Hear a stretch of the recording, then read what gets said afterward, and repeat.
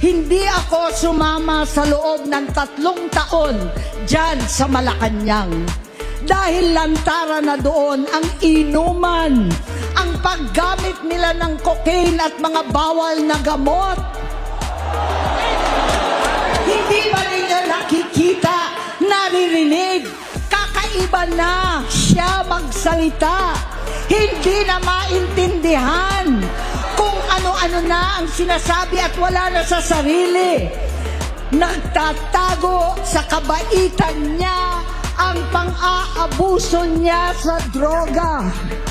At nagbunga na ito ng mga nakakapinsalang maling desisyon. Hinayaan niyang kumilos ang mga nakatalibot sa kanya. Yung mga umaastang presidente habang nilululong siya ng mga ito. Hindi na kami nagkausap.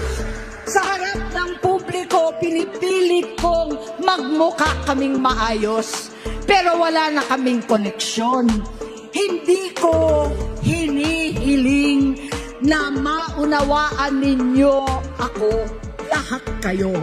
Sa palagay ko, ang makakaunawa lamang sa akin ay ang mga pamilyang may pinagdaanan sa adiksyon, sa inom, sa sugal, sa alak, sa bisyo, higit sa lahat, sa droga.